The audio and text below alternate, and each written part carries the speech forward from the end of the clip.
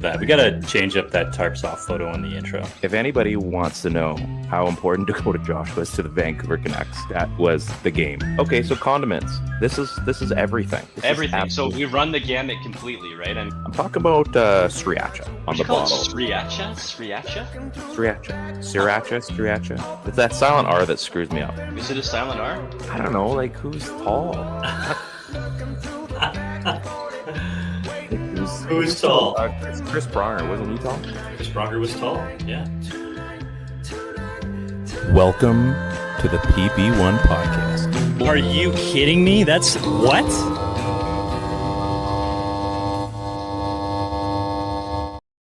Seven.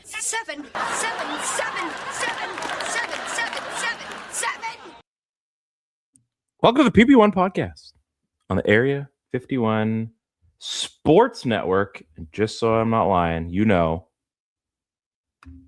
I'm Ryan.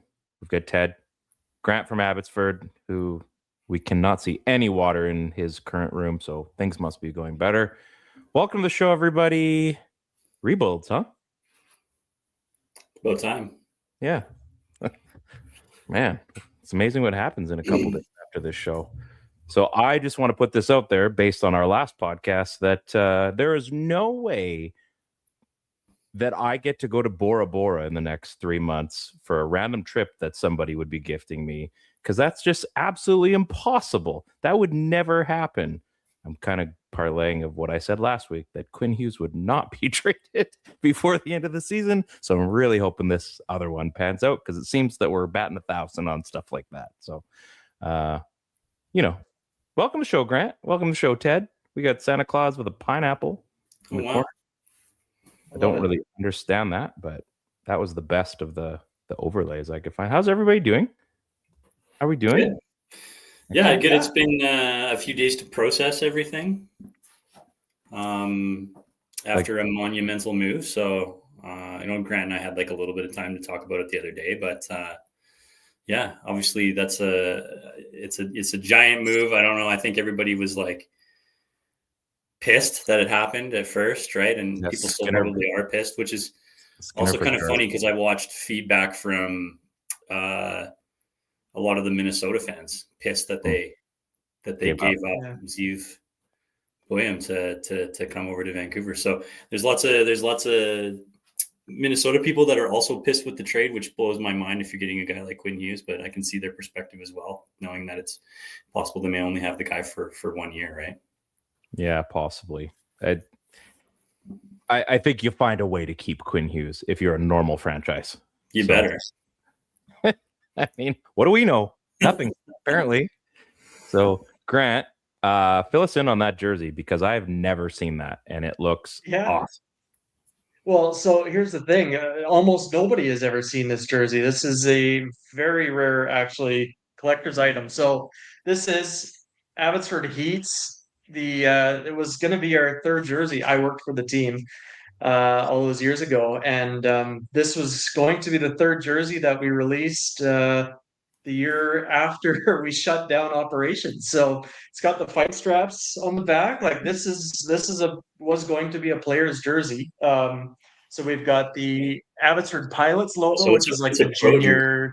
Oh, that's awesome. Yeah, and then the Abbotsford Flyers, which I don't actually know who they are, but they're a team out here. So, but yeah, this was going to be our thirds. They tried to go away from the red color scheme, try and made it a little bit more like distance from the whole Calgary connection, but unfortunately, too little, too late. But we got the Abbotsford Fields here, air show kind of thing, Sumas Mountain, everything Abbotsford rather than Calgary.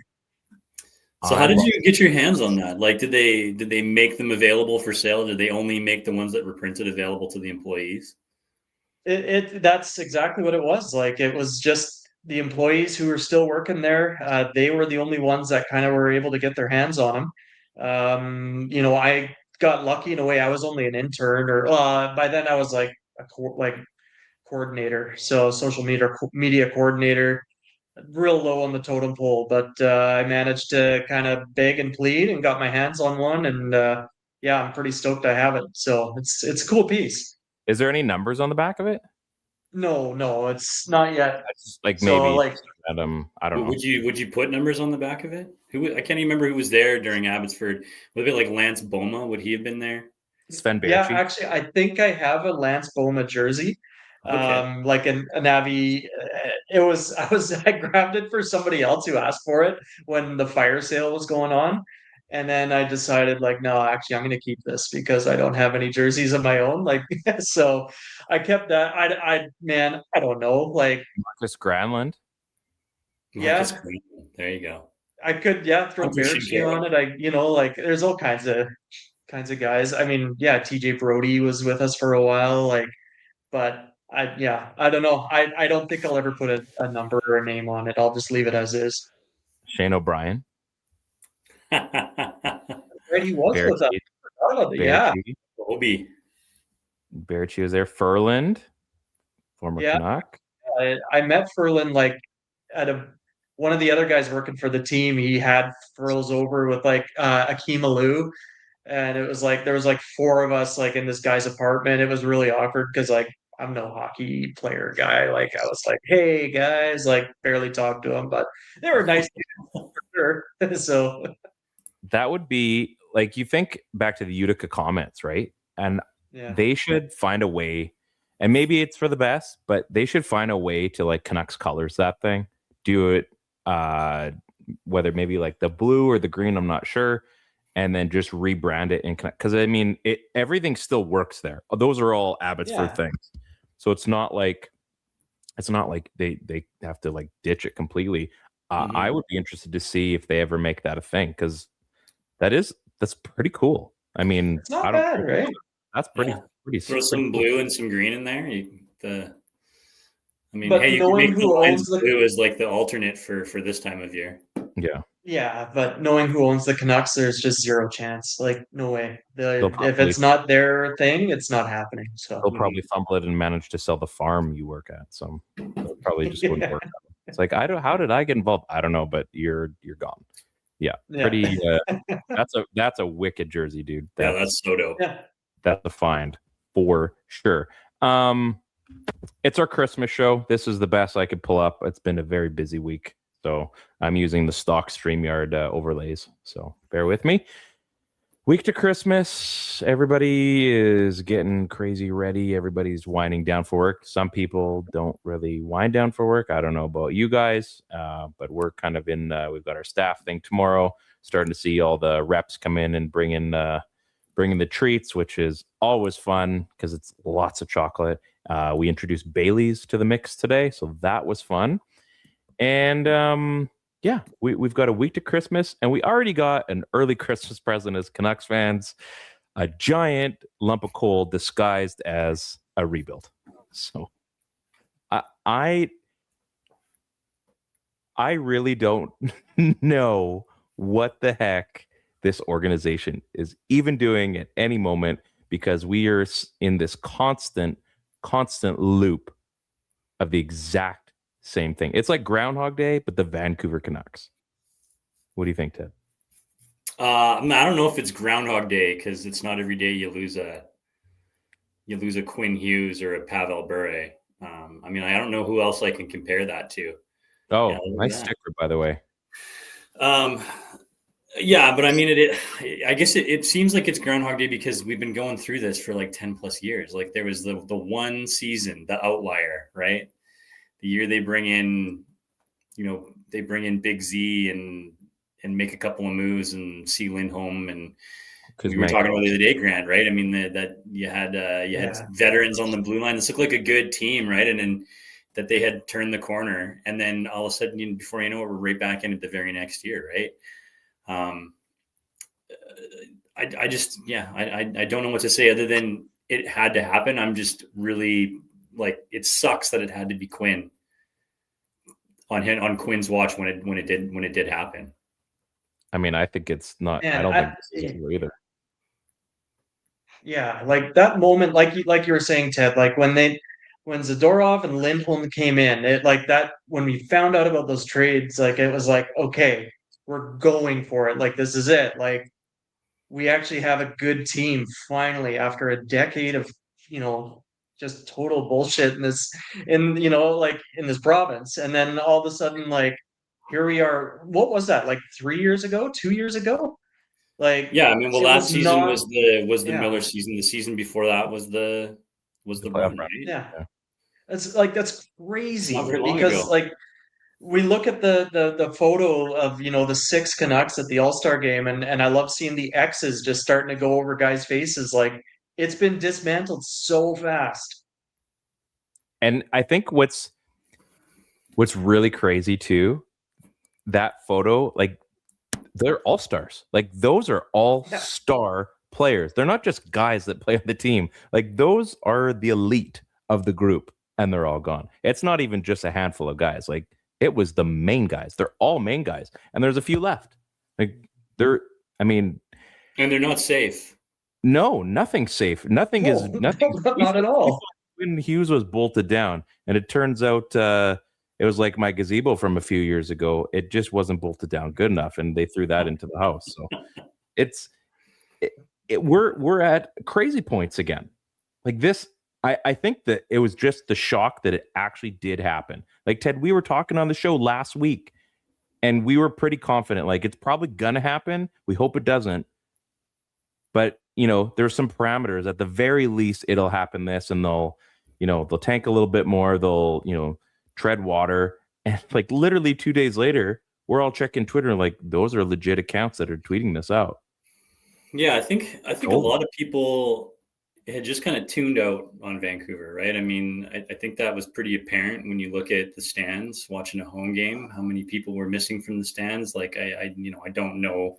I don't know what the ratings for games were, but I can only assume that they were down on the whole. Just about every person that I talked to that was a Canucks fan wasn't even watching the games anymore. Like, I think there was a lot of waiting for the other shoe to drop, but I'm not sure everybody thought that it was going to be Quinn. So, like, Ryan, I know you and I talked about the fact that, we discussed at length that we felt that they could move Quinn early and that it was a possibility, right?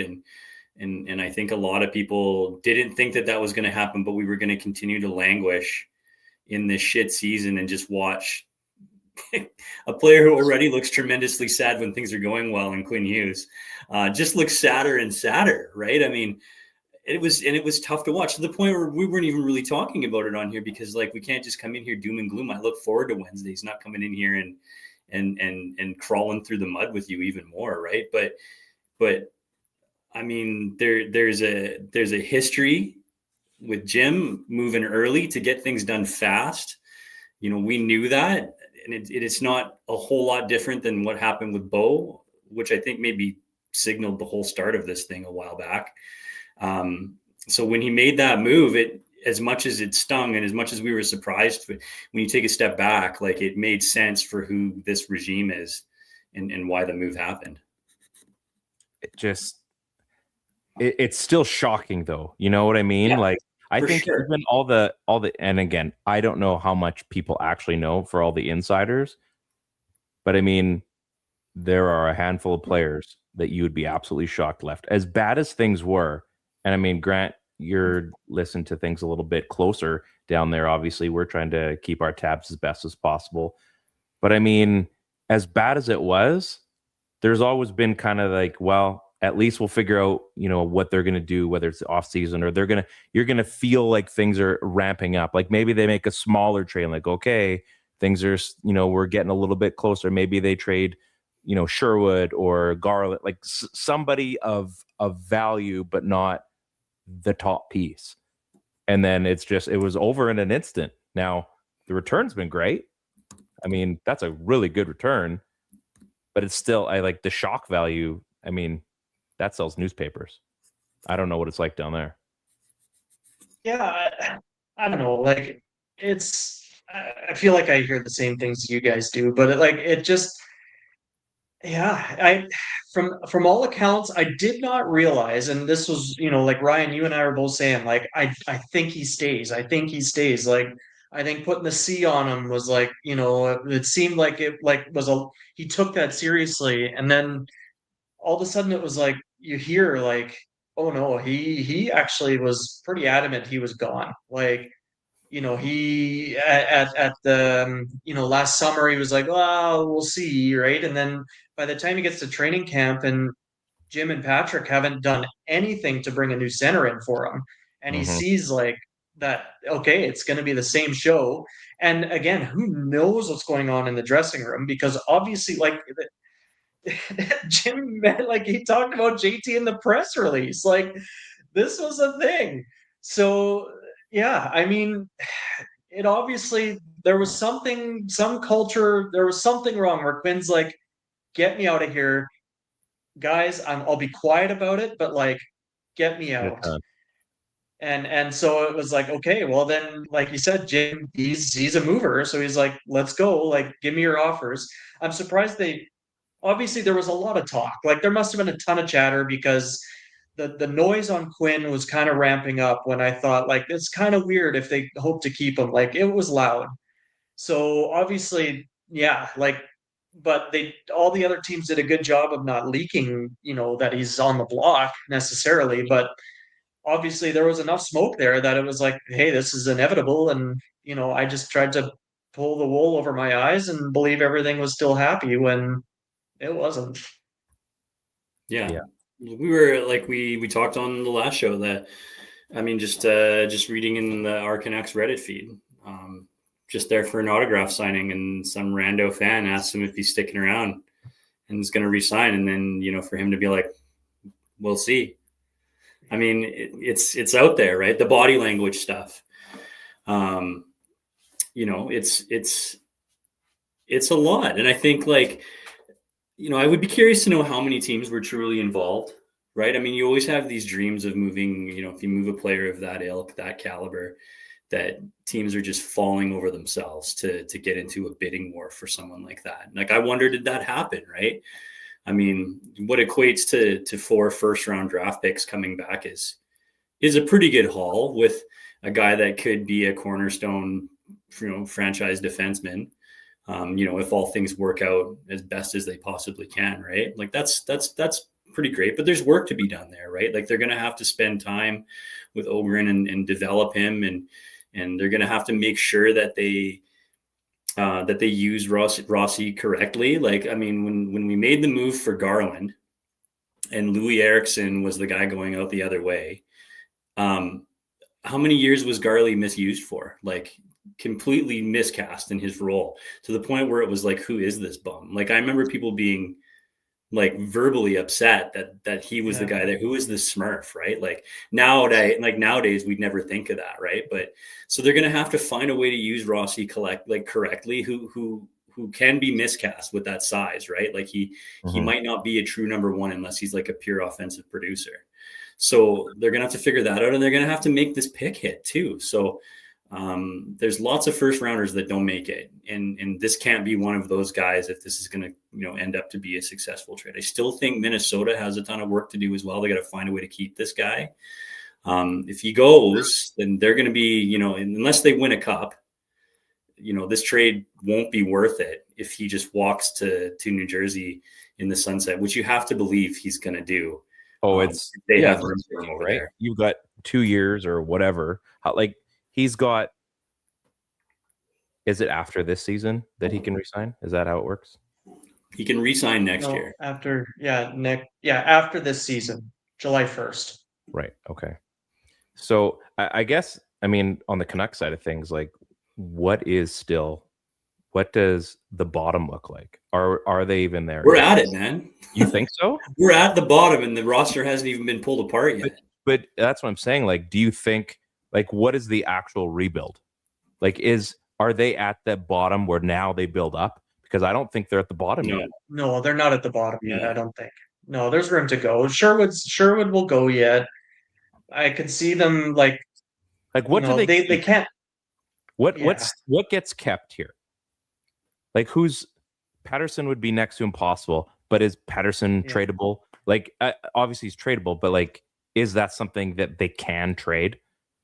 Like, is someone that take that on? Is there? Do they keep Demko? Like, what is now the lock that stays? Because if it's culture, and I mean, the culture as the franchise is just toxic regardless. But Is there something that actually is we'll use like tied down or like bolted to the ground?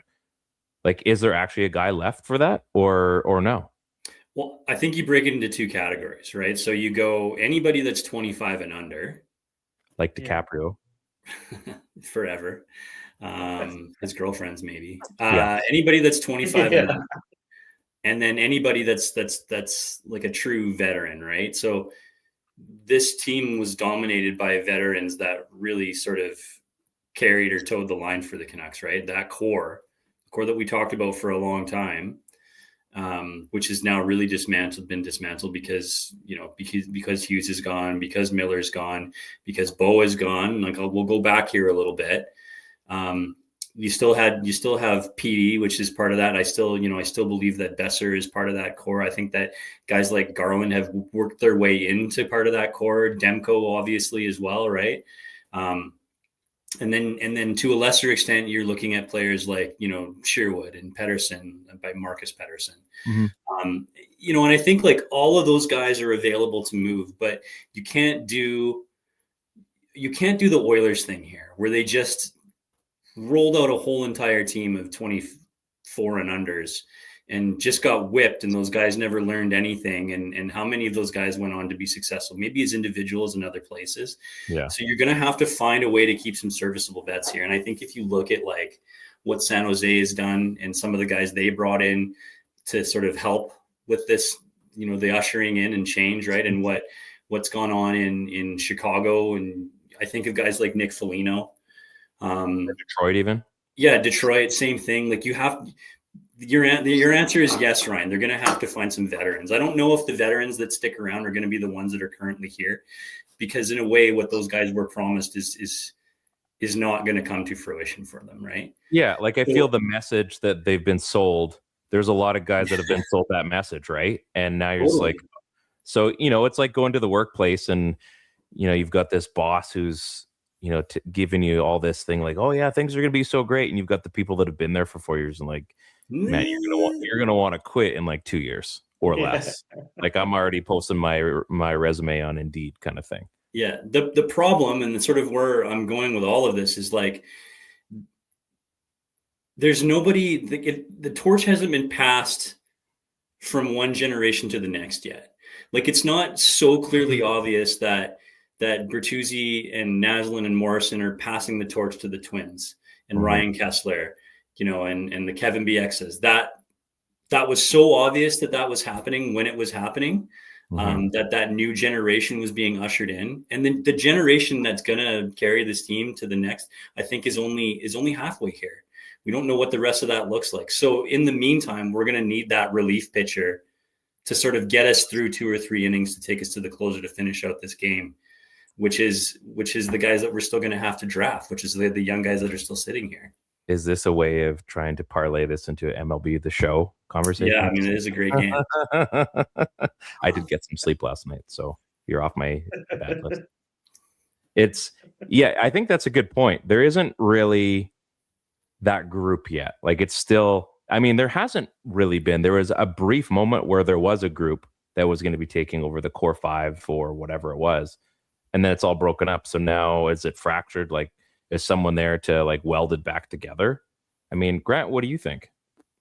Well, it was interesting. I can't remember who was just talking about this, basically saying like, well, first of all, at least my opinion, don't get a new captain yet. Like, let it sit for a year or two. Like, let's just let everything settle out. But who's the leader on this team? Who's going to take, questions from the media and like basically I can't again, I wish I could credit them for it. Maybe it was Drance, but like they were saying, like, is it Demko? Like, is he the guy now, right? Like he's maybe the one who cares the most to still be a Canuck. He's kind of worn, the team colors the loudest. So, but like Demko could be moved in, a month, like because his contract is crazy, right? You can't keep both these goalies now if you're trying to basically tank. Like, I don't know, Myers, but he's only here for another year or two. Like Garland's body language looked terrible. I mean, that was that was pretty recent after the trade. But like even Garland, somebody was posting. Again, I didn't see much of that first game against New Jersey, but like Garland looked pissed. Like his body language is like, I don't want to be here. Now that was the body language in the interview, and I mean his play on the ice is a different story. He's very, very energetic, but like you're right. You leave it alone. I think the captaincy is. I don't even think that's something that like they were saying, throw some A's on some guys for now. Because really, that's all you can do. Like, who wants to lead this team? I guess that's the other question. Like, you look, if you're sitting in that dressing room, like, who wants to be the guy? And if you're looking around, like, I don't even know if anybody in this room is that guy.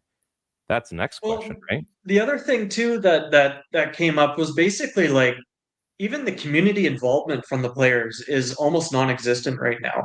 Like there is no culture of like embracing the city.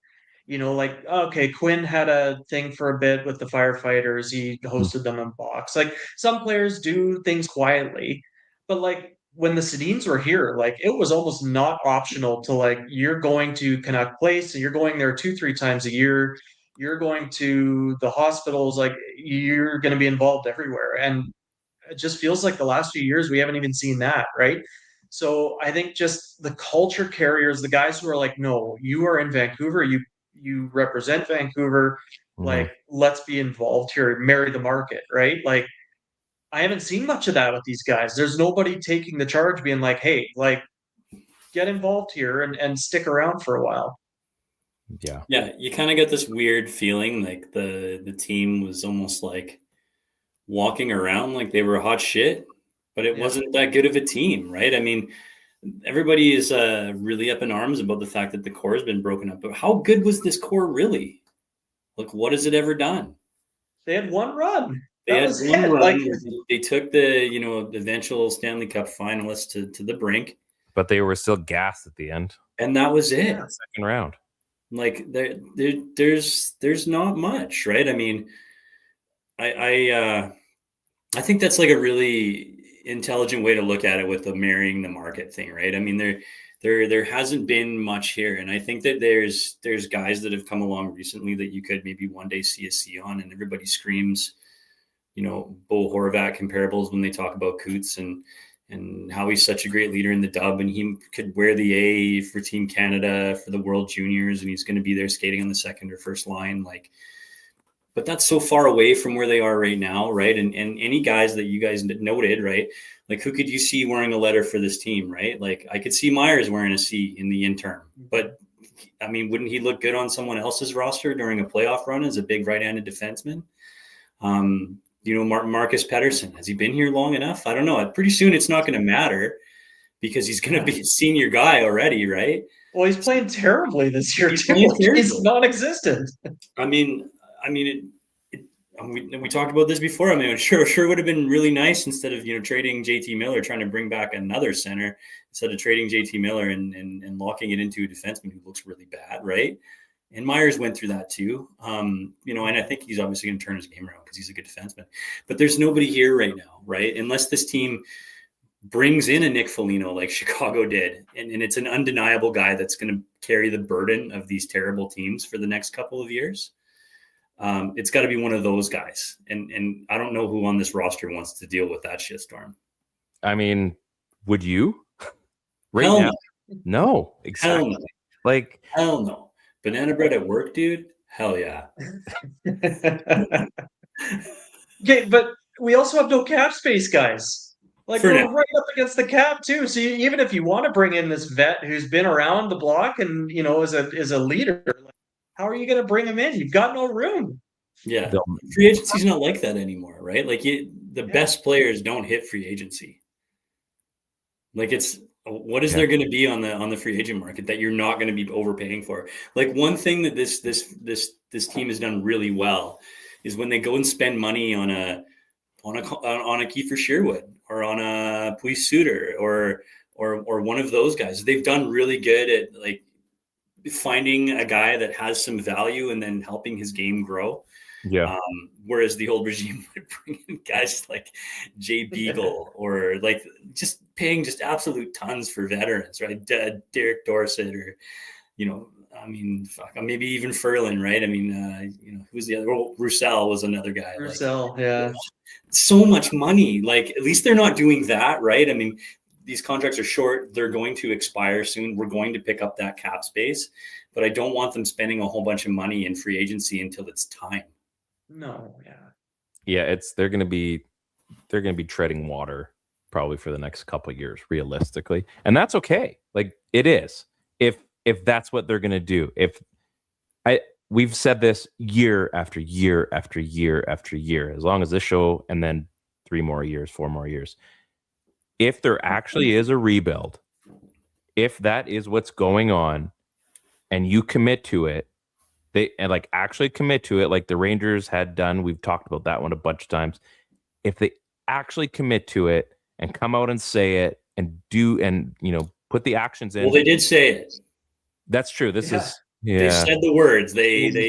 You heard it in a somebody said the word Voldemort. Was it conviction though? Did you really believe it though? Well, he said it. It's been taboo, right? I mean, I know that Jimbo says whatever he wants, but he said it.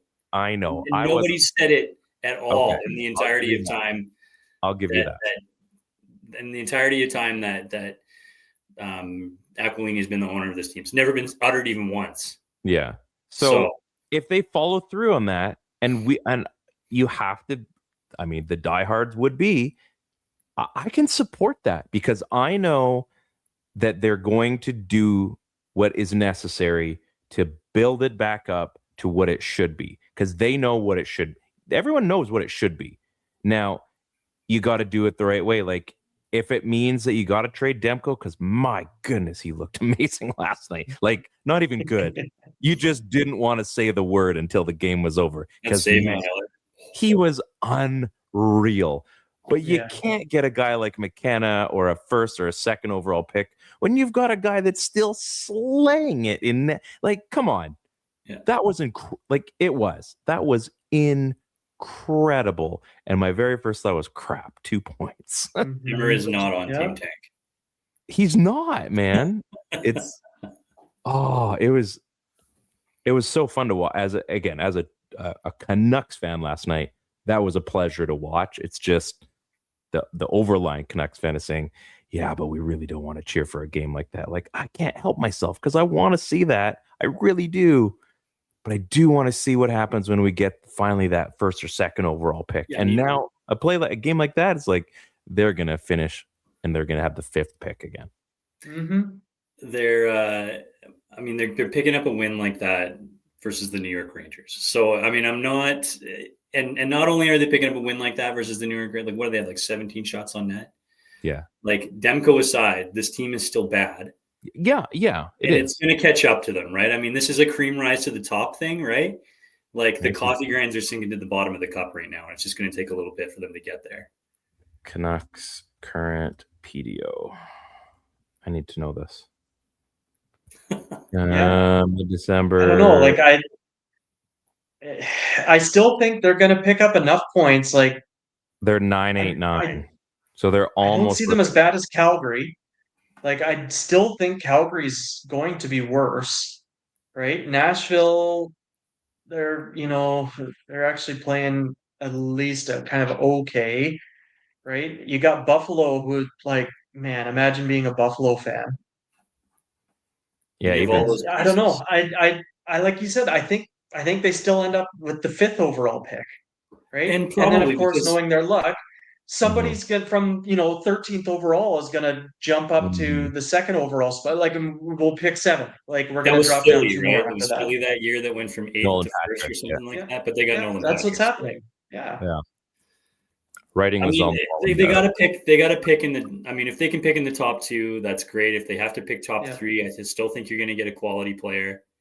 Mm-hmm. You don't want to be 5th, but even if they land 5th, like, okay, like, they could end up with the next, Alex Tuck, right? I mean, or do they try and sell both picks for the 1 or 2?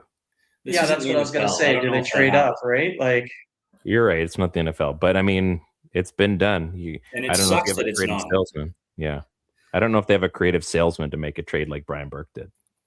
That's a lot. clout, yeah. That's a lot, or the clout. Yeah, everybody would just assume they're just friendly guys and they're not going to swindle anybody. So okay, here's a thought. If we are, whatever, let's say 28th overall, right? So, or like 28th, we pick 5th or 6th or whatever. Is Elvine the guy making the pick, or is he gone by then and Rutherford has found somebody else? One of them, Because maybe. that seems like it's start. I don't think Rutherford's going anywhere. Probably So not. I feels like the Elvine thing is starting to get a little bit frostier all of a sudden. Like It's there's just, which is just so funny because is he really calling the shots, Grant? no, not at all. Rutherford Like, ran the whole ship. He's just a placeholder, and But that's, he's I a mean, fall that's a guy, mean right? thing. That's a mean thing to say, but let's be honest, he is. Like, Yeah. why even have a GM and a president when we all know there's one guy? He's probably handling the stuff when Rutherford's busy. But like, your job as a GM is to be making trades and signings and all that kind of stuff. And it just feels like we see him occasionally. Like, he's there and he says some things. He says some, valuable things, and there's some substance there. But it just feels like, this would be an easy one to get, and let's just get it over with. Like, it feels like that would be one of the next things to happen too. So, I mean, I glitched out for a minute there, so I don't know exactly what route you guys are on for this, but We were talking about raisinets and how awful they are. Yeah, just the worst. Raisins? Give me a break. Raisins suck. Can we agree on that? Yeah, we can. Raisins, especially in baking, man. Leave it out. Especially in baking. Like, raisins should not be existing. I don't know. I'm not with you guys. I like a good chewy oatmeal raisin cookie. Well, you're stupid. So, I mean, Well, you always think the oatmeal's a little sweeter all the time. and it is so sweeter. It's not sweet right now at home, but oh, so okay. it's a little sweeter with raisins in it. a little sweeter with raisins in it. They just go in there and it's just like they destroy from the inside. Like, oh, what is raisin? Oh, but it's too late now. I'm almost swallowed the cookie. And we are in baking season too, where like people give you like baking trays and sheets and things, and then you see the stuff with raisins, and it's like, well, somebody else can have that one. I'm gonna sneak in like all the chocolate balls and whatever other. So we're gonna pivot. This is depressing. We're gonna pivot. Grant, you're on a good roll here. So we're gonna talk about top 5 Christmas foods. Oh, Okay. So we're gonna go with the treat side of thing. Okay, and then we're gonna get into the heavy stuff. So what do we got for like treats? What is on your list? I mean, if you can make 5, just run it. But if you got like one or two, First of all, do you still have the sound effect? what sound effect? Top five. top five. Oh, I probably do. Just a second. That's a good question. Top five. There it is. Wait, sorry, we haven't done it in a while. Top five. Appreciate you, Drake. I love how it like auto mutes my mic when you run the top 5. It auto mutes everybody's mic. Does its thing. I want to interrupt the top 5. How dare you? How dare you interrupt Drizzy Drake and his bandwagonness that destroys every championship team you ever cheered for. Grant, so we're talking treats to start here. So whether it's like cookies or chocolates or Nanaimo, like I don't know what, like icy squares I think are a must at Christmas time. They're just there. They're expensive, but they're worth it. Icy squares. Okay. Oh yeah. That used to be a staple. They were just there. Thankfully, maybe we were rich and I just didn't know it, but they were just, that was just, I've bought them maybe once. I just let my parents buy them. But like, what's on your list? What do you got? Well, I think my top, I don't know if it's necessarily a Christmas one, although they just hit better at Christmas, like the Snickerdoodle cookie. Oh yeah, I was just gonna say I'm with you 100. Right? Yeah. Like just the sugar topping, like just simple, delicious, always hits. I like that. I'm down with that. I'm down with that. Yeah. Okay, because Snickerdoodles is off the board. Like what's Christmas without somebody giving you shortbread cookies? Oh yeah. Yeah. Yep. So, and especially the ones with like the icing, like the homemade icing ones, and you just crush this weekend is it's not even necessary, but it is good. Oh no, it's just like it's the extra, right? This is the oatmeal is sweeter. So every year, the girls they do their cookie decorating thing, and Kinsey's gluten free, so there's a couple, but she likes to decorate. It's like a week of just you're just destroying as many cookies one at a time, and it's just like when you get up from the couch for a second and you just like it's like grabbing a piece of popcorn, but you're downing a cookie, and you realize you've been up from the couch like 8 times. And you're just like, all of those were big cookies. They're not even small. Like they're gingerbread men size. They are, shaped like a house or a candy cane. And they're all like the size of your hand or slightly smaller. That's a lot of sugar. Oh yeah. Yeah. I'm down with that. I could sign up for that. I Okay, like another one. Oh, sorry. Yeah, was that I didn't. Purdy's peanut butter chocolate, anything. However Oh, they yeah. shaped it. Yeah. That's usually Christmas morning one in my stocking though. Thanks. Yeah, Ed. that's With you always on good. Hmm. Yeah. We just last weekend I went with my wife Savannah and we went out to New West. Her cousins, we get together once a year and we did a whole bunch of baking that her Oma, her grandmother, used to always do. Like she was from Germany, so of course like all the German and like Dutch treats, like it's basically all just shortbread, flour, butter, like but so good. Icing sugar on it. Like we came home with a tin just full of like almond crescents and squares and like just comfort treats, you know? You're in the unhealthy mode now for the end of the month. It's like calories don't Yeah. count and everything else, which is not good. Now we've talked about this. So Grant, you're talking about like going to Oma's and baking stuff. So our family, my mom's side, they make this thing called Nusstorte. So it is basically, I think the ingredients are very simple. A lot of crushed nuts and whipped cream and into like a cake form.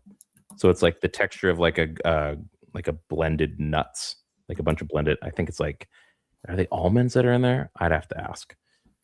It is, and then just like a whack of whipped cream, but it's formed into this cake. This thing, it's so good, and yet you have 2 slices, and you actually by the second slice, you're kind of feeling guilty that you took the second one. You're like, I went too far on this. I went Like you have to finish it, but it's like you're like the last few but and you're just like, forkfuls, yeah. I shouldn't have done that. Like that was so greedy of me. And then you do the same thing the next day. And I found out like a decade ago that there's a middle. Apparently, what happens is it's like a 2-tier, whatever it is. And my aunts would cut the center. So it was like the centrifuge of all that is good. So it's like the best part, the most whipped cream, the perfect What is core. this thing called? It's called a Nusstorte. I'm gonna find a way to get Ted a slice of this. Grant, it's gonna be a little tough to get you one. Yeah, I hear you. But my aunt one year she goes, "Oh, it's your turn to get the center this year." I'm like, "What are you talking about?" He's like, "The center." I'm like, "What center? There's slices." She goes, No. They core out the middle. It's your turn." I'm like, "What are you talking about?" She goes, "You've never seen?" I'm like, "I've been in this family for at the time about 30 years, and I have never heard." She she just laughs, and I'm like, "You guys are a horrible family. You've been hiding this treats." So my mom makes like a chocolate version of it as well, which is absolutely incredible. One year she made me a Canucks themed one with like blue and green food coloring. Side note, that was probably the worst one to have actually eaten. Tasted delicious. Ted, I think, has heard the story. I thought I was poisoned. Green poop. Man, it was the bluest blues and the greenest greens. It was like radioactive stuff. Like I told my mom, she goes, "Yeah, that seems like it's possible." So, Yeah. I'm thinking like, what does the inside of my body look like if I'm stained? Yeah. So yeah, this sort for me would be one. Ted, what do you got? I feel like you got something big. Yeah. Reindeer bark. I don't know if you guys know what reindeer bark is, but that's for the melted chocolate with white or dark chocolate or just milk chocolate. and then they like crush up the candy canes. Yep. And sort of sprinkle it in there and then let it harden. And then you break it into big chunks, and then it's just kind of out on that tray on the end of your counter that just gets picked away at over the holidays. Could you make that in a smoker somehow? Sorry? Could you somehow do that in a smoker? Yeah, you could probably smoke chocolate if you just put all of the baking chocolate in there and then just smoke it in the smoker and let it go. But I don't know why you'd want smoked chocolate. I just feel like it tastes amazing. You've tried? Yeah. I don't know. You've got a smoker. I'm telling you should do it. I do have a smoker. You should just try it. Trying. Yeah, it is worth trying. Hey, I guess I'll make some smoked chocolate. You're gonna find it. You'll be like, Ryan. Nice chocolate Roush, please. Oh man. I'm just saying that would be good. I mean, who knew? You can bake. I mean, basically, a smoker is essentially just a smoky oven. So you can make a cheesecake. I don't know. People have made cheesecakes in smokers. Smoky. I've heard that before. Yeah. I'd be down also for that. Yes. Could be onto something. Okay, so we've done the treats. Let's get into, I guess, the foods. Now, I'm gonna pile this in because everyone has a different setup for Christmas. Because sometimes it's like the breakfast is the big thing, or your dinner, or whatever. So, like, we're gonna include breakfast, lunch, and dinner, just because everyone has a different setup, right? So, like, brunch can be a big deal as well as dinner. So, for me, I'm gonna throw down first, and I'm gonna go gluttonous eggs Benny. Like, I'm talking, you go until you feel icky. Eggs Benny, and like smoked salmon or bacon or back bacon. I don't even care. All of the above. Sign me up for a terrible afternoon because I'm gonna down that stuff in the morning.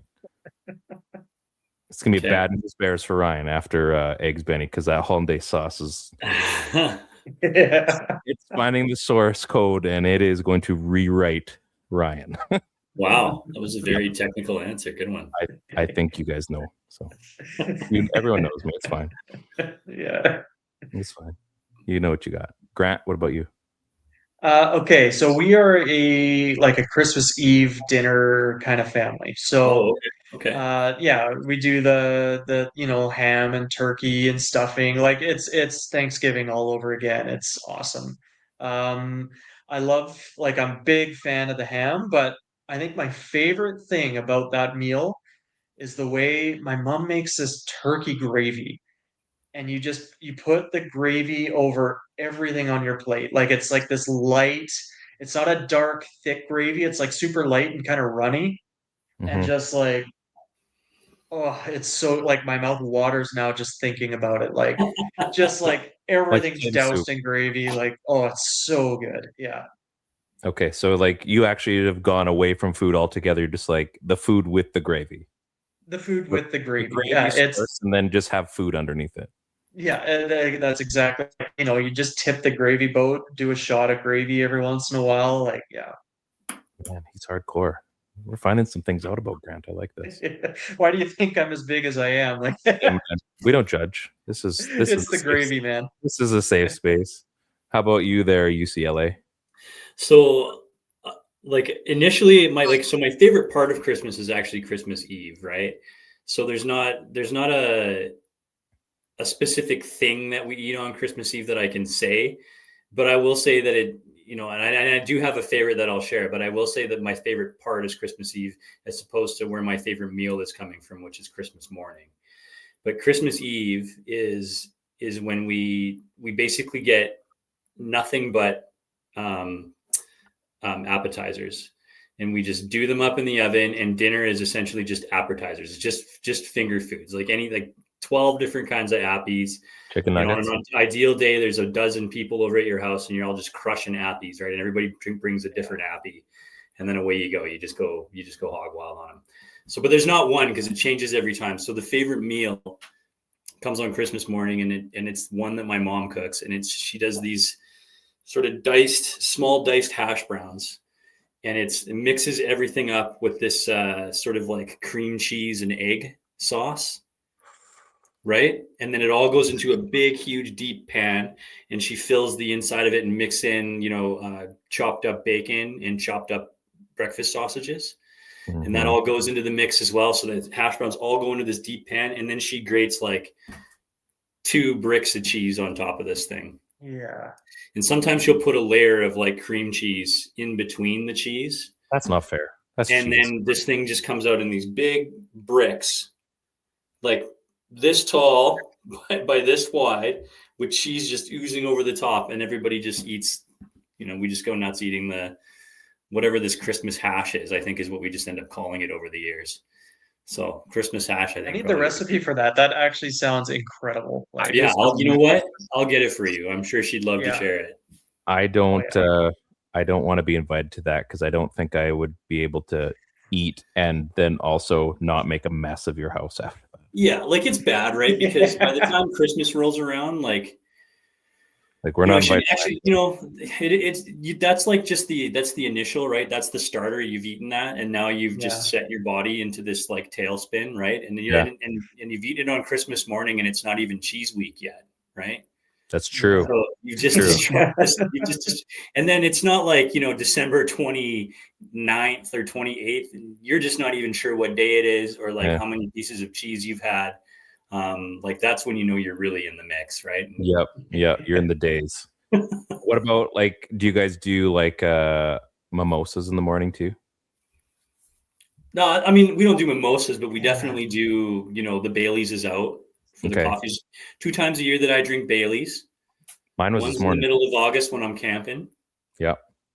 I know that's the spring one. Sorry, that's the May long camp trick is Baileys because it's it's a little chilly in the morning still. So Baileys that's great. Yeah, fair enough. And then Christmas for Baileys, right? But if I have like a drink of choice during Christmas, it's going to be a spice rum and eggnog every day.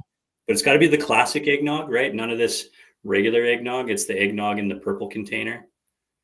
If it's Dairyland, right? If it's I don't like eggnog. Lucerne, I think it's the red. I'm not huge on it either, but yeah, I know which one you're talking about for sure. Yeah, because there's 2 kinds of eggnog. There's like a one that looks borderline oily and shiny, and the other that just looks like classic creamy. And it's got to be the classic creamy, close to like the Dutchman one. That's fair. That's fair. Have you guys ever tried Advocaat? It's like this Dutch, like kind of like a. It's like a thick eggnog. It's like I don't know. It involves like egg yolks, and I don't know. It's this weird. I'll have to send that off to you guys too. I'm not huge on it because I also don't love eggnog, but it's like this Dutch treat. Yeah. I just typed that in and just said creamy booze liqueur.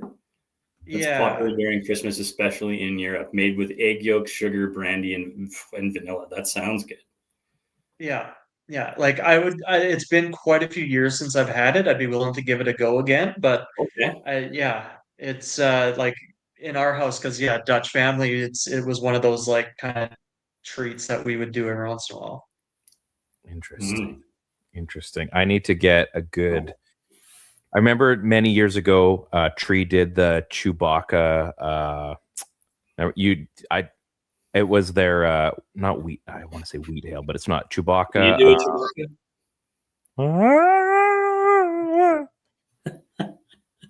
Chewbacca. Barley, it was a barley wine, I think. Yeah, I think it was like anyway. This stuff, and they used to do in the crowlers. Chew, shut up. They would do I remember I got a crowler and I bought it in like September. And I left it. They said, leave it for like a couple months, open it up at Christmas. I'm like, all right. So I just do not open till Christmas. Put it in the fridge, left it alone. Oh, man. Now that thing hits hard because it was like 12%. Yeah. But that thing hit hard on Christmas afternoon. So good. Just full. It's nice and cold outside. This thing warms you right up. There's something to be said for like a good stout or a good, that like, again, backhand we talked about. I got to pick up a 4-pack of that stuff. But that is something that would be perfect around that time as well, right? Or a salty Scott, the salty caramel.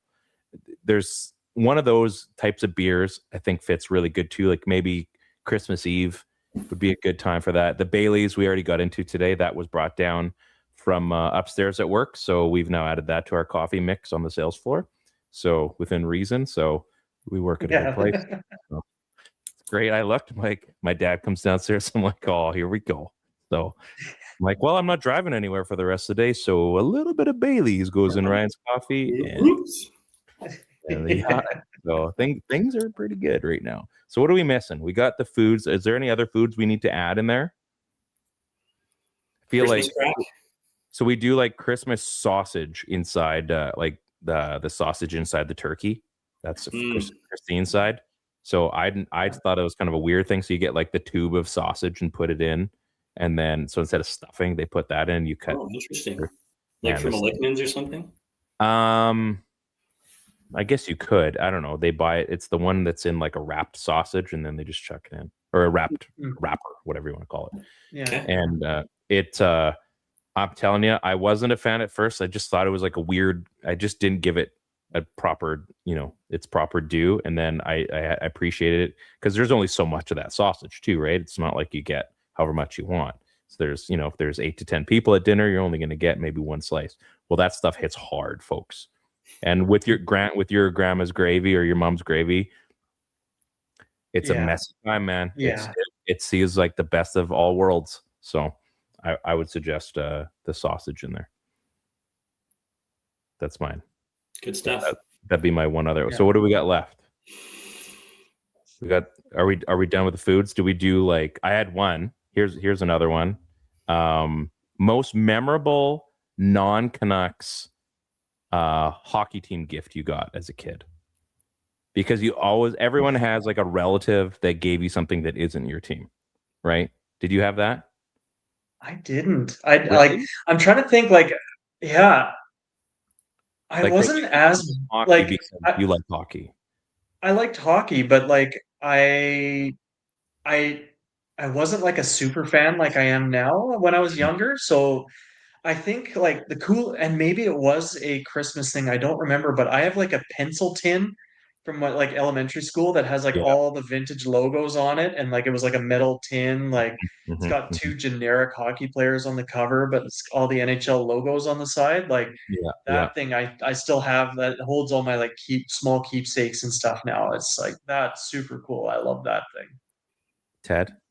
Yeah, That's non-team GIF. Well, I'm like. I mean, okay, so I'll I allow. I have one. I mean, I don't know if this counts, but one Christmas I got Chell 94. That was my first. That was my first like NHL video game that I got for like a Sega Genesis. Wow. And I played the absolute snot out of that. Yeah. So yeah, I mean that's not Canuck specific. You might remember it. Right? It's like the cartridge with like the yellow tab on the corner, and then it was like a red logo with just an NHL 94 on it. You might remember it, right? Yeah, it only yeah. most people's childhood, so that's okay. Yeah. Actually, you know what? I don't even think it would have been 94. I think it would have been NHL 93. No, it was 94 because the next one had the 95 had the Rangers on the cover with McLean getting scored on in Madison Square. Mm-hmm. Which My we all first thought was so cool. I had 97. That was the first, like on CD-ROM. That was where I started. Was that Forsberg? Yeah, that was Forsberg. They had all the goalie masks. You could like 360 look at them all. Like, so that was the one I played the crap out of too. Yeah, I would say so. I could go video game as well. You guys have done a good job. So one year, I still don't know why I got it. Maybe she thought it was cool. So I have brought this up before about the hats. Remember with the strings on the back? Do you guys remember those? The 2 colored strings. It was like an adjustable fitted kind of hat. So it had like the little bomber thing at the back with the laces. Oh, wow. And yeah. then it said like the team name across, and then it had the logo behind it.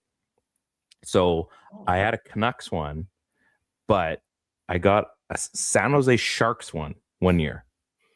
And I remember getting it, and it was a cool hat. And I just remember like, why? Like it was a cool hat, but I just looked and I'm like, oh, thank you. Like, this is great. And I just remember we came home because it was Christmas Eve. We always got our stuff, German family, Christmas Eve too. And I came home and I was like,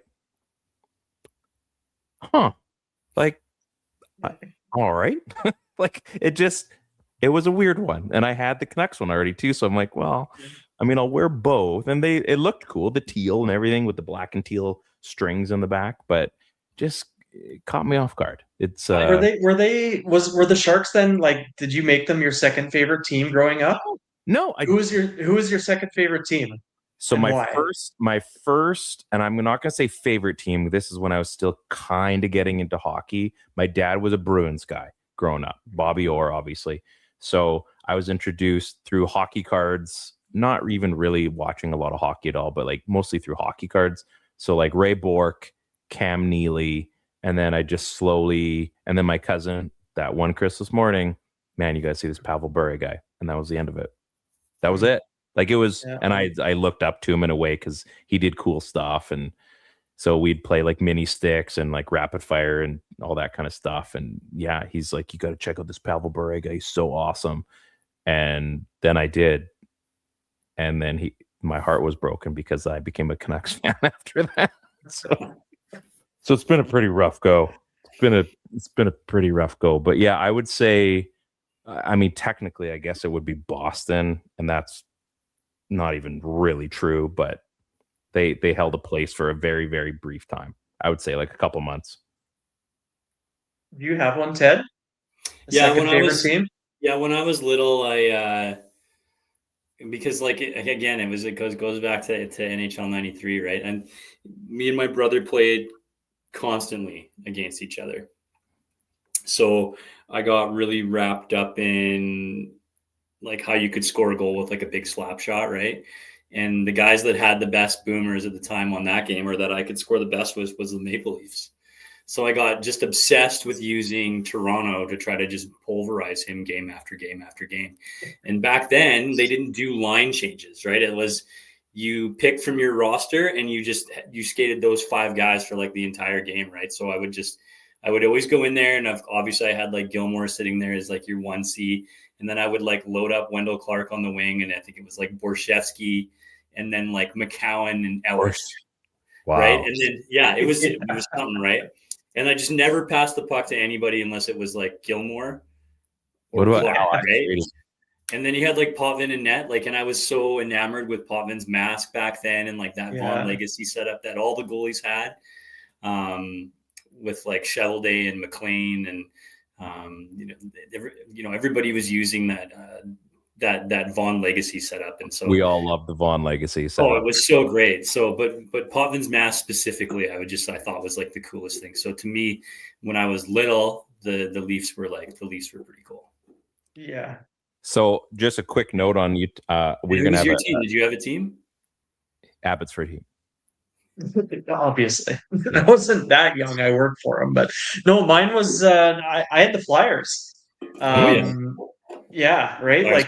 Like that was when Renberg, Leclerc, and who am I missing on that one? Lindros. They were like, and like they were in their heyday, right? I had like on the back of the craft dinner boxes, they had the hockey cards on there. I remember so like that.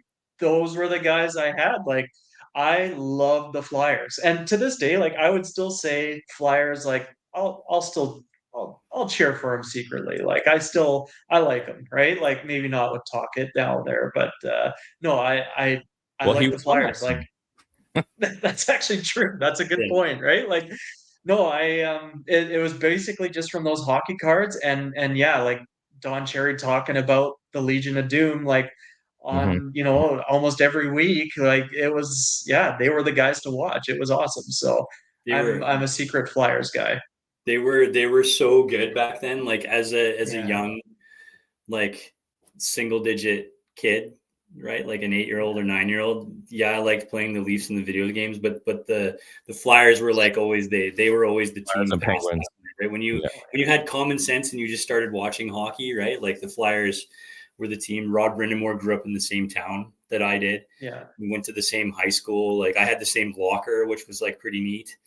We were always trying to like break the sports records that were up on the wall that Brindamore held at that school, and he would like come around and do stuff with the kids. So when we found out that he was playing in Philly, like it was awesome. But yeah, those teams were so exciting, right? I mean, Simon Gagne and Dinas Zubris when he ended up on that first line, and they changed the name for a little bit when Redberg wasn't there, so it was Leclerc, Lindros, and Zubris, and they called it the Legion of Zoom. Desjardins, Hextall, like Roman Chichmanek, like all those, like there was like some super fun rosters. and Lindros was just an absolute unit back then, right? I mean, he was so fun to watch. We got a new guest. He's just done his podcast. Yeah. He's looking. It wouldn't be the PP1 podcast Christmas episode without Ryan Schapp entrance. You're not on the mean streets of Hastings this year. That's good. So No, When we just lost him for a minute and we were worried that something had happened. that was so good. I can watch that again. No, I'm in the home. I'm in a home that we own that is still on East Hastings, but a little bit more east. But for all you out of towners, I am far, far away from the sadness, and I live across the street from McDonald's now, and the wind was blowing in the right direction because boy, howdy, did it smell good out there. Oh yeah, It's the fries. It's the fries. You know it. You get yourself some Grinch socks yet? No, somebody at work told me they cost like 21. The meal's like $21, and I'm like, I need to have a chat with my wife then because she bought one. Well, listen, why did you spend $20 at McDonald's for yourself? I hope I hope the bills get paid. I hope the checks clear this month because you might want to look at the books. Hey, Ryan, just so you know, we're in the den right now in here, so we're doing okay. I've got a den now, so wow. Yeah, so we're bougie up in these parts. So you want to see bougie? I'll show you bougie. I'm in our office. I just want to make a point before you go, before you show us. You just said away from the sadness, dude. You're living in the city of sadness right now. We talk about my hockey team won last night. Golden Eyes season ticket holder.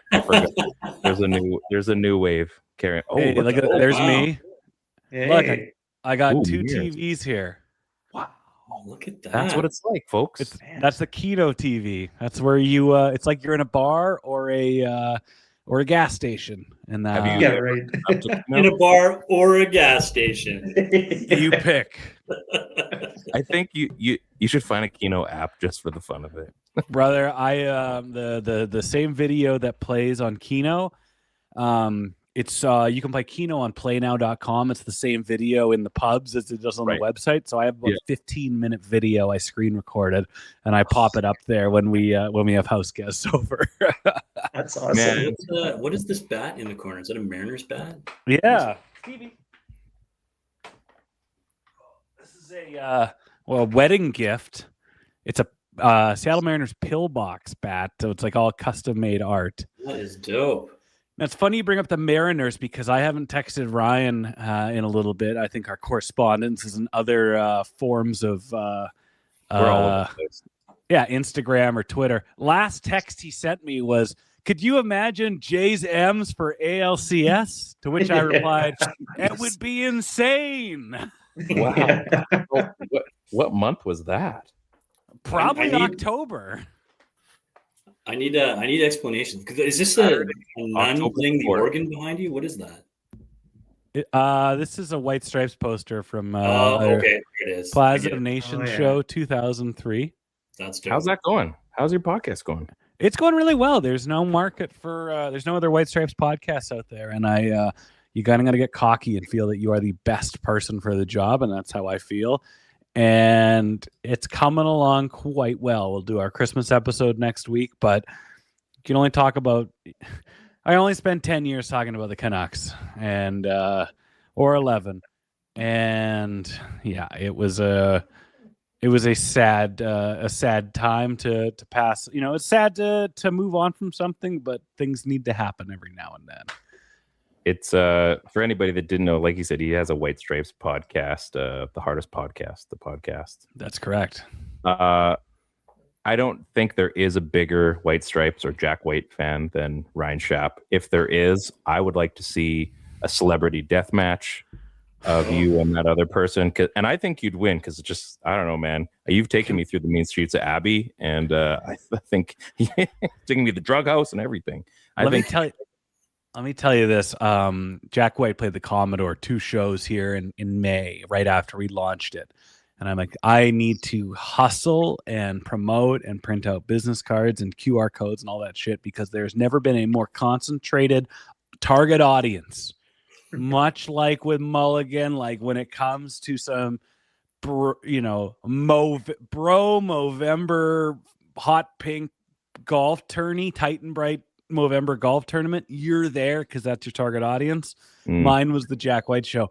I met some bigger fans, and it's like no knock to them, but I think I lost a lot of respect for the fan base. Really?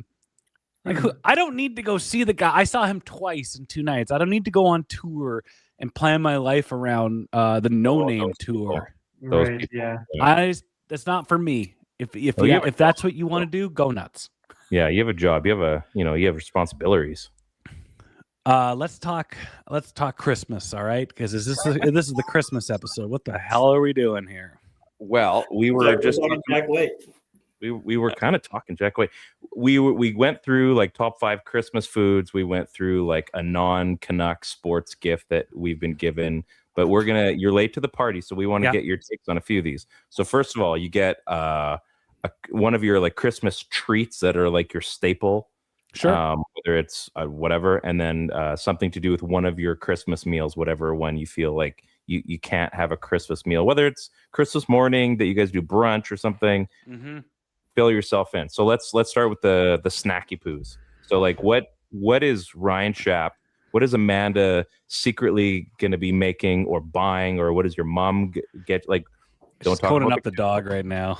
We don't want to talk about the candle, the Christmas candle. Oh no, poor baby! Oh no, look how sad he looks. So we're going to be waiting for Stevie on this one. Stevie's okay. She's trying to cure her ailed paw with by eating it. So she's doing okay. She's doing okay. Good girl. And I have a nice lamp. For Christmas sweets, I don't know about you, but I'm my family has next to no traditions. So I'm one of the only few things that we have that we do every year. We make brandy Alexander's, which is essentially a boozy milkshake. It takes ice, half and half cream, or like an oat milk. Oat milk, you can drink more of them. It's brandy and cream to cacao, which is like an old person liqueur. It's like a chocolate liqueur. And you blend it all up, and you drink it in a small little glass, and you have a toast, and that's something I look forward to making every year, and I kind of champion that tradition. So I'm gonna go with that's the sweet, because that's probably the only Christmas sweet, and I don't want to eat a full size Toblerone anymore. Those days are behind us, and they hurt my teeth. They're like $16 now. It's bullshit. Chocolate market is I can't even buy the cheap stuff at Walmart anymore. It's double the price it used to be. So we're off that train. Grant, did you do a Christmas drink? I can't remember. The Advocat, like that like it's kind of a drink. It's kind of a, I don't know, like a pudding almost. Yeah. Is your family Dutch? Yeah, totally. Oh yeah. Mine too, and that's I'm like Advocat's disgusting. Yeah, no, I had said like I haven't tried it in years. I used to not be a huge fan. I'm like, I'll give it a shot again, but yeah. Different. Next thing we're gonna hear about his family making croquettes after Christmas. Oh, oliebollen on New Year's. Even I know about those. I got a Dutch wife. So. You're left out all of a sudden. So what's your what is the food? What is like, and again, it might be just one big thing. It might be something random, something small you've been sneaking. I don't know. What speaks to your heart? Eating around Christmas. And now is this for dinner or for snacking? Man. Whatever. Like for me, it was eggs Benny. We do we do it on Christmas morning, and then we do it usually either Boxing Day or New Year's. We have it twice always. Rules. Nothing wrong with that. I when I think of our Christmas dinners are pretty normy. We try to do things really well, but pretty simple. So I'm gonna go with the classic fat kid snack, which is chips and dip. Whether it's your French onion or my sister makes Ripple chips though. Ripple chips and French onion dip. Yes. Yeah. French onion dip, ruffle chips or Old Dutch, and my sister also makes like I can't remember if it's like a salmon dip or something, a recipe she got from my grandma. Yeah. But it's like you can just sit there, at the coffee table, just both bowls are emptier, are a lot emptier than they were when I got here, and then you don't want to eat dinner. That's Yep. such a West Coast thing, like growing up on Van Isle, right? I mean, there was always a salmon dip, a crab dip, and French onion. Oh, outstanding. You don't even need to make dinner if you've got 3 of those dips on the table. Yeah. Like, That's a And did you meal. guys did you guys have like, so my family still today does like the canned oysters gets broken open, and it always happens during Christmas with the toothpicks in there? Or is that some family members, some extended family I know have done that, but no, we're not a fish folk, us Shaps. Oh, did you you? just wanted- I Oh. don't think you farted, and you're the only one in the room. Yeah, I was so- gonna say. your own brand is fine, I think, right? Isn't that what the rule is? yeah. Unless it's like a real funky one, and then you're like, That doesn't smell like my brand, then it's an issue. Just gas Yeah, yourself exactly. out. yeah, you Okay. gas yourself. It's like, what's he doing? I think I may have made a mistake. I think. So, okay, so you got the foods, the dips. Man, those are. I kind of need to be in that action now. The downside to the salmon dip. So, have you guys had the Costco one that's like $14? Sorry, Ryan. There's no downside to salmon dip. No, I'm saying the downside is the price because I could eat that stuff for days. Oh, okay. How much are we talking? Like, if there was a piece, if If it's Costco, it's $15. Like that's what everything is there, right? Yeah. that's a good point. Yeah. the last time we bought it, it lasted. I want to say day 2, it was gone. Hell And yeah. we tried to like pump the brakes on it, and I looked. I'm like, this is why we can't buy it because it's too easy to eat. It's its own meal, and with the ruffled chips, obviously, I would be doing it a disservice. It's too easy to eat, and you can't. That's just money, just gone away. So you got to be respectful with those kinds of things. You let other people buy them, or make them, so that you can enjoy them. And there's zero guilt. It's just there for you. Totally. So that's where I'm at on that. And the other one was like a non-Canucks. We said hockey gift, but Yeah. I would open it up to possibly sports. The guys were saying, Ted, you had NHL 94 or 93. You were thinking, I got Shell 93 for Christmas one year. That was like a big Fuck deal. yeah. Right. That was my introduction into EA Sports. Grant was in NHL 97, and mine was a Sharks. Remember that? Do you remember the hats that had the strings at the back, right? Strings at the back of the strings. and It that's was how like it was like a fitted, had the little bomber pusher thing on the back, and then it had like the team name, like Canucks, Like a No. and then the No. logos behind. So I got a San Jose Sharks one from my aunt. Oh, okay. But that's still a sick gift. It was. It just I think we all had a Sharks hat or a Mighty Ducks hat back then. Ducks. I had a lot of duck stuff growing up. Yeah. Like everybody got that. I don't know how everybody and every kid in North America got something, but starter yeah. jacket. yeah. Or the policeman. Oh man, Sharks and then was should this gift be sports related? I mean, that's kind of where we're framing it for this specific, but you can add a second one. It's our show. You can do whatever you want. Well, a couple of things come to mind. I got a Nintendo 64 in 1998, Christmas 98, with the atomic purple controller. Oh, And wow.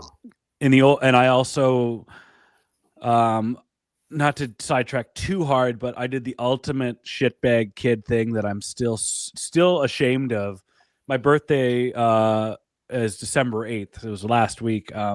And for my birthday, I got all my birthday money from my uncles and aunts and grandparents, and I went and bought WCW versus NWO Revenge for Nintendo 64. Wow. 17 days before I may get the console. Fucking like just It goes all You in. were just hedging your bets there. That's all. That's a smart kid. Well, now we got to get him the N64. Bless my dad, either the 23rd or the 24th. I think maybe I said I was a little too entitled or expectant or assuming the N64 would be there. And like just casually in passing, just went, I don't know why you're getting your hopes up. They were sold out. We couldn't get you one. And I cried like a baby for all Christmas was canceled for me. I'm pretty sure I put a sign on my door being like, just leave presents here, because I was so I was so embarrassed that like that I put myself in that spot. Like, I wasn't sad that they were out of 64s. I was sad that I spent all my birthday money on this, and then quickly realized I did something really dumb. But I Did got you guys the all play this game that he's talking about? Yeah. Not a lot, but I have played. It is awesome. And Grant, did you play this game? Yeah, I for sure did. Yeah. You were finding like the secret characters, Ryan, like THQ man and stuff the like T- that. yeah, the THQ I never man. understood. It's too much. Yeah, some of the like- weird stuff. You're like, what are we doing? Buff Bagwell, no, Buff Bagwell. Like, yeah, I know it was Buff Bagwell. It was like with the top hat and everything. Like how there was guys that were like decidedly shitty. Oh, it's Like, hilarious. Powder Keg, I think, was one of them. And then there was guys that were like just off the charts good. Couple of guys in Ravens flock were way too good than they needed to be. I bring all this up because you brought up video games. I got with that console, my parents got me NHL 99, and as I hopped on, you're talking about Eric Lindros, he was on the cover of it. Yeah, and so we played it, and like I would play my dad at NHL 99, and I would like go easy on him, like because I'm the young kid, and like that son of a bitch just got better and better at it, and it became like, oh, I'm putting in the work. And so I got a lot of fond memories of that. So I will say that really will come to mind. And Yeah. I feel like we had the N64 at the same time. I remember like playing like what was the hockey game that was played like left right back then? It was Wayne Gretzky's 3D hockey. I think that was Super Nintendo, wasn't it? No, that's 64. Super Nintendo. There was the weird Stanley Cup game for Super Nintendo. Oh yeah, the Chase Cam one. Yeah, you're right. That was so weird. Mm-hmm. Wayne Gretzky's 3D hockey, freaking GoldenEye, right? How relevant is that now? Yeah. Like the absolute shit out of that one. Wave Race, I think, was like another one. Mm-hmm. Hey, got any time for Star Fox? Oh, I got days for Star Fox. Let's go. Yeah. See, great game. I was of the ilk. We got the Nintendo, like I think the year after Nintendo came out. My uncle bought it for us that year. Ninja Turtles, obviously. But we all my buddies got the Super Nintendo and the Genesis and N64 and all that. So I missed out on so many systems because like it wasn't something we needed to have, and you know, we weren't like incredibly well off as far as financial goes, but you know, we still did pretty well. And then the tides changed. Our basement flooded, and my dad's television was down there. This was in '96. And he had like 17 games. So dad, as a young adult, he had moved out, he did pretty well for himself out of high school and college. So he had this in television, and he had, like I said, a ton of games, boxing, hockey, all this stuff. Well, wouldn't you know it, they give you the value for what was paid for it. So PlayStation had only been out for like 5 months maybe at the time. So we walk in, got the money. This was like a month before Christmas. So like, and you have to spend the money to get everyone who knows how insurance works. Anyway, so we go to the mall. Sam, the interactive man, was still around back then. Yup. So we walk in there. When did it change from Sam the record man to Sam? Well, that was next door. Sam the record man was next door. Sam was doing real good back then. He had two addresses. Sam was making a killing on real estate. So Sam we was, walked in there. There was still 900 Blockbuster locations at that So time. 96, I would have been 13 or 14. And I walk in there as if like I was a king, like peasants bow before me. Walk in there like, yup. My mom's like, let them know what you want. I'm like, okay, so we're going to need the PlayStation. I'm going to need a memory card. Crash Bandicoot. 128 megabytes. Oh, man, like I'm just walking in there and like I have to like, oh, we're gonna need the booster controller because it only came with one. I'm like, so we're gonna need that controller. Bust the Move 2. It came with Toshinden, classic game, if you know. What did you call it? Battle Arena Toshinden. Oh, what's it called? I thought I heard something else. Never mind. You're good. All right. I'm interested. No. So anyway, walk in there. I don't even know what it costs. It's probably like $600 or $700 walking out of there. And I'm like, we weren't even done the trip that day. We still have to go buy new winter coats and stuff. And I'm walking through the mall just like, I need to get home alive. Like I when you're protecting that thing, just like, I just got to get home safe because This is about to be the greatest day You're of my life. walking through the mall. You're like, somebody is going to try to steal this from me. Yeah. Oh, totally. Right. I'm holding like the briefcase of cash here. And I finally get home, set it up, and I mean, got a quick little sesh of and I got NHL Face Off 96. That's right. And had a quick sesh. So, no, I didn't get a memory card. I got that for Christmas. So I had to play like the Stanley Cup playoffs. There was just like one game per round. So I played the Stanley Cup like every day after school. I'd go in, be Vancouver, and I'd win the cup like once a day after school just to get my fix in. So then eventually when I got the memory card at Christmas, I could actually start a season. So that I never got to do all the N64 stuff. I watched all my buddies and all their systems, and I was always jealous. Remember the Jaguar? I knew a guy that had Jaguar. Oh, yeah. When Wolfenstein came out on that, or Doom wasn't even out yet. I had a cousin that had a TurboGrafx 16. Remember that? Or Sega Saturn. Grant, were you like a PC guy growing up, or did you have a console? No, I was N64. Yeah, like, but the old like more like Banjo Kazooie is like it's still my jam. I love that game. Banjo-Kazooie. And then oh yeah, like Mario Kart. Only for the 60. Like I tried to play Mario Kart on the newer systems. I can't. Like I'm terrible. Yeah. My kids was like dominate a youth leader, and like Switch. I was trying to play against them. I'm like, I felt so old. I'm like, what button do I press to get the, like, oh, and I was just like, no, just bring me back. I'll destroy you in N64. Like, yeah. So that was, and then, yeah, like Bond and like all those. It was so good. I love first off, like the Bond thing. Like I love that the Golden Eyes play that during intermission, like the Golden Eye load screen. Yeah. Like I feel like we all knew that was going to happen. I'm just glad they actually did it. Well, it's weird to have a hockey team in this market that isn't afraid to kind of take the piss out of themselves, and that's something the Canucks would never do. But yeah, I love that they're doing that.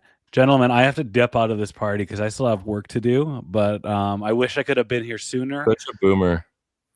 I gotta put a wrestling podcast out, you lazy bastards. Well, you better bring some reference to NWO Revenge in that podcast then. And you got to plug it. You got to plug it quickly. Not like we're going to be getting the mega views for you, but plug it while you can. Okay, I produce a wrestling Twitch stream right after AEW Dynamite. It's called AE Double Dudes on the Wrestling Brain Twitch stream. And go listen to Hardest Podcast if you're a White Stripes fan. And if you are not, or you think you might be, it's the best place to get into a band. And I do a very good job getting you folks fired up for it. But to everybody listening and to the boys in the room here, I hope you all have a safe and Merry Christmas. And if your family starts to get on your nerves, just bite down and realize you'll be home by 9 o'clock, and then you don't have to see them for a couple months. Chap, what if they're all at my place though? Then take a couple edibles and just kind of get into the pocket and just deal with it. Like old people just don't give a fuck, and they're not trying to appease you, and they're also your family. You can just like bark at them, and then it's like back to the business at hand because they've seen you at all levels in life. Man, such a smart guy. Ryan Schaff, thank you so much for coming by. Good luck with the wrestling and the White Stripes thing. I'd like to I demand let me come on in the new year. We'll get you back on. But pretty quick, or next show. I'd like to sit down and spend some time with y'all. But we'll make Merry it happen. Christmas. Yeah, I'll message you. Have a Merry Christmas, everybody. See you, Shep. Yeah, you bet. See you, Appreciate it, buddy. That was Ryan Schaap, formerly of Pucks on Net. I was sad when they ended, but I understood why, and it had run its course. He said, and he's got other things. He's a busy guy. Yeah. What is everyone else doing? Just stuff. Yeah. I think Arash is doing Sportsnet and stuff, and he's a busy guy. Gita's still out there. Gita's out there somewhere. She's got a family, so she's doing family stuff. She's got like 2 kids now, I think. So okay, they're doing fine. Check them out. I follow them on Instagram and stuff. We keep in touch a little bit every now and then, but no, they're doing good. So speaking of kids, Grant, congratulations. Oh yeah, your jokes are getting better, by the way. It's public knowledge. I feel the dad energy coming off you. Like I just sense that it's possible that you're wearing a fanny pack right now. I'm not sure. You could have socks and sandals on. We don't know. But it Yeah, would all I be can't stand up right now. It's full dad mode. No, I'm just kidding. But no, I appreciate that, guys. Yeah, we're hitting 20 weeks, so halfway in about 2 weeks here. So do the big scan and everything like that, see how everything's going, find out the gender, see what we're having. But Ooh, one of yeah, those. this is Okay. it's our first one, so we're pretty stoked. If you Yeah, have babies chicken, do. will you be weirded out? If what? If it's a chicken, will you be weirded out? Yes, because I'm the one who works in the chicken barns, not her. So that would be a little odd. Yeah. Just I don't know. People like my kid. She has some interesting things to say. Sometimes she's like, "You never know." you never know. She's brought up. We've had that talk. She's like, "Hey, you never know." I'm like, "No, we do know." She goes, "You never know." Yeah, we know. You're 12 years We- old. we We know. do know. You know this. Never know. That's I'm like, awesome. all right. So My yeah, sisters do like any day now. So that she Wait, she which lives up one? in California now. Like this. Oh. Oh, okay, not the one in Salmon Arm. and No. not So Okay. it's that's my sister-in-law that lives in Salmon Arm. Yeah, my brother and Sister-in-law, right? Yeah, They yeah. just had their baby like a year ago, August, and then so my Fijian Filipino sister, the one that lives out in California. So she's due like any day now. So she said, I'm like, where's this baby? Because they're on baby watch. And he's late because he's Fijian. So he's on island time. He doesn't care what's going on. So he's going to arrive when he arrives. That checks That's out. just the way it goes. Yeah. I know a thing or two about this island time from you. So Yeah. Island time, if you don't know what island time is, Grant. Oh, Somebody says no, you have to be I'm somewhere. fully aware. it pisses me. Pisses Someone says everyone you got to be off. somewhere at 8 o'clock. You leave the house at 8 o'clock. Oh yeah, no, I have a lot of relatives who are also on Alberta time, which isn't quite island time, but it's not too far off, so I get it. Yeah. It drives me crazy. And yet I love the guy for some reason. So like I have to understand that this is just it's not even him. It's just the way. Yeah. But I arrive and I deliver. So it's all good. Most Yeah, of the time. that's right. It's- Yeah. Yeah, it's that's so cool, Grant. It's very, very neat to see. It's you'll soon realize all why and sleepless nights and all the stuff that goes with that. And then everybody gets to spoil you with all the cool stuff that babies get, and hopefully you don't have to spend a Well, dime and everybody takes care of We're you. gonna have such a spoil. So for anybody who's watching it, this is an IVF baby. So we've been trying for a while. So we already know that this kid is, well, first of all my friends, they've all had their kids already. Like they're all done. Their kids are starting to grow up a little bit. So they have stuff to just offload. And then, yeah, like my parents, her parents, like we just know this kid's gonna be like just spoiled rotten. But we also have like so many cheap babysitters coming up. Like we nailed it for timing. It's gonna be good. Yeah. Way to go. Yeah. Yeah. Very, very awesome. Very awesome. It is a lot of fun. And eventually, When is baby due? What's that? When's baby due? Baby is due May 17th. May. So 2 weeks after I am. Okay. I'm not due. My 2 weeks after my birthday. So there was like a movie about that. Well, Junior. there's a couple of good naming options for the baby. If it's a boy, Ryan is available. So is Ted. It's easy. Yeah. It's such Teddy, a also popular a name. great name for a baby. But honestly, if I'm being real, I hope you have girls. Because we had girls, and I feel like everybody should have to raise girls. I'm done with it, to be honest. my gut feeling is girl. So knowing because I'm a Canuck fan and nothing happens the way I want it, or not that I care either way, but nothing happens the way I expect it to, it'll be a boy for sure. So Okay. There you go. Well, we're gonna, because I mean, at some point we have to leave. We can always chat off the air, but for the podcast version of this, I think we're gonna do the wrap up. And Ted didn't even DM me in the private chat, so he must be just saying go forever. We had Ryan Schapp that guested. We had a guest host this week, Grant from Abbotsford. Love that jersey. I've been staring like the whole night at that thing. Like I just infatuated with it. Aside from the fact knowing it is a Calgary Flames jersey, but I don't even. Now it's an Abbotsford jersey. We got to represent And I through the love it. hard times, right? I Yeah. love it. I wish they would make that somehow a Canucks version. I think that'd be dope. Ted, you and I we still got to hook up before Christmas. I don't know how. Coffee, beer, something. Yeah. I'm going golfing hopefully on Saturday. Are you going golfing? Yeah, I'm heading up Saturday. When you going? I You can are? maybe. You said you I'm were coming coming, up. but you Yeah, didn't I'll be say up when. for a bit. Yeah. We're hoping Saturday morning. No, yeah, there's no chance. But And I Who are was you golfing thinking of with? you. Well, possibly Mateo and his brother Sam. And you're invited. It's just we never know with you. So I had texted Matt. I said, "Do you think Ted will come?" And he's like, "I have no idea." So you are invited. You just have to say yes. What's the tea time? Like probably 9:00. Where? Michael Brook. Oh, okay. So So if I'm shit, it won't matter because it's Middlebrook. Yeah, and I'm supposed to be getting a new putter on Friday, so I kind of want to break it in before. Okay. Anyway. I would like to golf. Pencil me in. Okay, I love it. See, sometimes I just got to guilt you into these things. You're a fun guy to golf with. So are you, Grant.